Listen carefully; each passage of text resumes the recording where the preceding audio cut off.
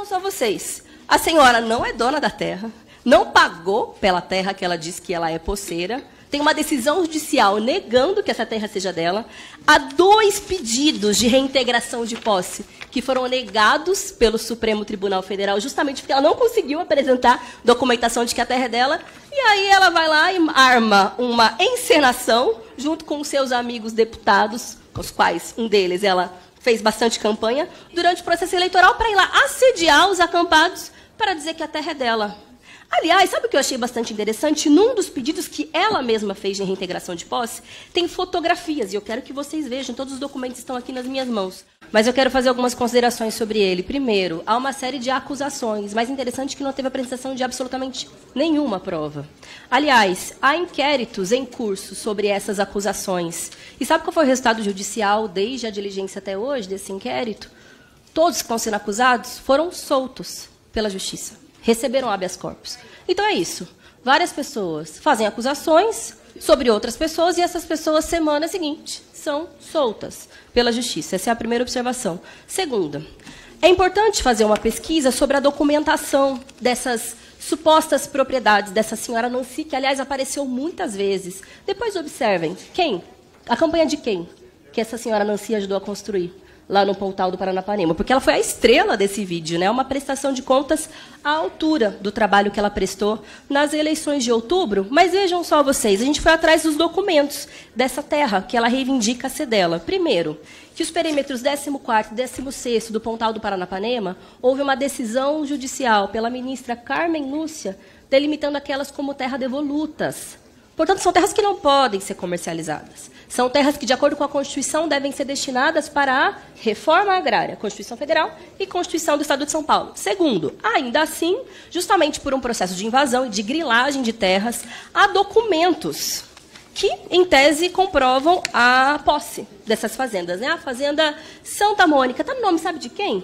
Pedro Julião Freire Lemos com os dependentes. Pedro Julião, Fernanda, Juliana e Luciana. Eu falei, uai, quem é essa senhora Maria Nancy, né? Por que ela está reivindicando a posse, a propriedade? E aí a gente encontra uma decisão judicial do senhor Marcos Caires Luz, que é juiz de direito, a partir de uma reivindicação que a senhora Nancy fez dessas terras. Mas sabe o que aconteceu? Ela não pagou por essas terras. Aqui tem a decisão dele, que indefere o pedido, diz que tem uma irregularidade. Aliás, todos os documentos estão à disposição. Se algum dos deputados estiverem duvidando, está aqui em mãos, mas também tudo público.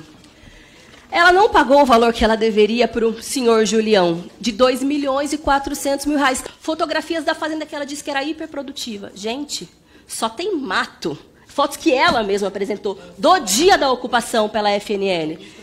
E aí o mais engraçado de tudo isso é que houve muitos outros registros do dia dessa diligência, de invasão de propriedade, de assédio, de abuso de autoridade. Houve mais um inquérito que o delegado apresentou, que foi sobre formação de milícias rurais por parte de fazendeiros que abriram fogo contra os acampados. E o relator se esqueceu de apresentar isso no relatório dele. Ou seja, mais uma vez, comprovando a tese que nós apresentamos desde o início. Isso aqui é um circo armado para tentar enganar a população, mas os efeitos estão sendo contrários aos interesses de vossas excelências. Presidente, é vexatório a forma como foi construído esse passo a passo. Isso é um absurdo e é de um desrespeito tamanho. E é isso, o registro tem que ficar aqui muito evidente. Este relatório já está pronto, uma vez que sequer se tem ouvido os dois lados. É um absurdo a maneira como isso está sendo conduzido.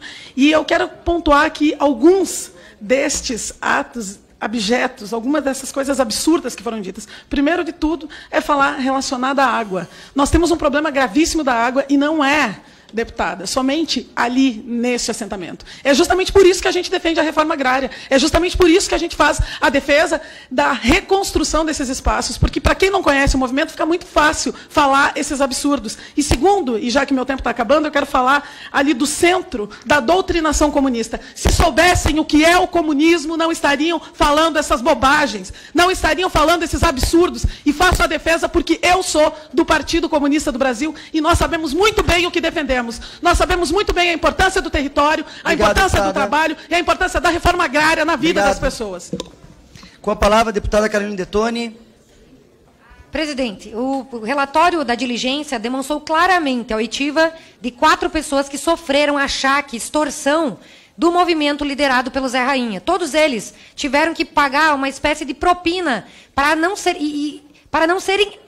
terem acesso e aquele que falar daquele cidadão cujo gado morreu de carrapato. Para o gado morrer de carrapato tem que estar numa condição terrível. Muitos deles dizem que defendem os animais, mas não dão dignidade nem para as pessoas que vivem nesses acampamentos. Então, o que falar da agricultura familiar? Nós não vimos nada da agricultura familiar. O que a gente viu foi um centro destinado à manipulação psicológica de pessoas humildes que tinham um sonho da terra e que, depois de décadas do movimento, não tem titulação. Vocês voltam ao poder e continuam com os mesmos métodos ineficazes e não dão dignidade para essas pessoas. Então, chega de mentira, chega de vender ilusão para pessoas inocentes que são vítimas desse movimento que é um movimento deputada. corrupto. Com a palavra, a deputada Sâmia. Vou somar com tempo de líder, presidente. Com a palavra, deputada professora Luciene.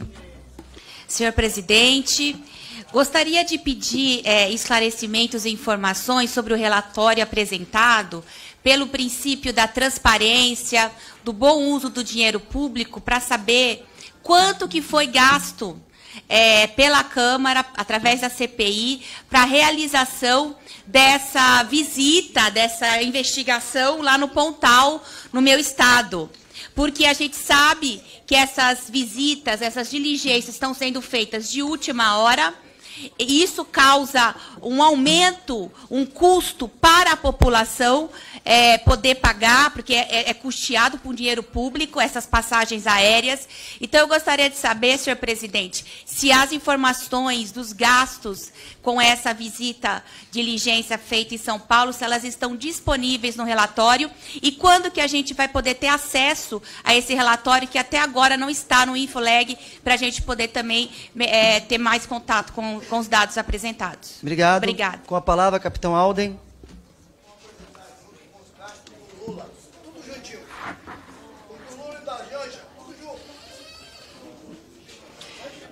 Senhor presidente, eu ouvi aqui,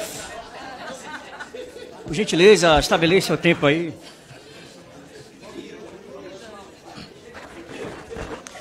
Senhor presidente, eu ouvi aqui algumas falas de alguns deputados dizendo, em referência a Che Guevara, este me representa. Vamos lutar contra o fascismo. Eu vou ler aqui algumas falas. Na verdade, se o próprio Cristo estivesse no meu caminho, eu, como Nietzsche, não hesitaria em esmagá-lo como um verme.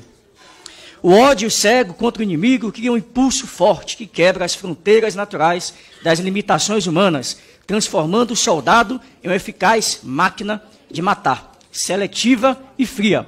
Um povo sem ódio não pode triunfar contra os adversários. Banharei minha arma em sangue e, louco de fúria, cortarei a garganta de qualquer inimigo que cair em minhas mãos.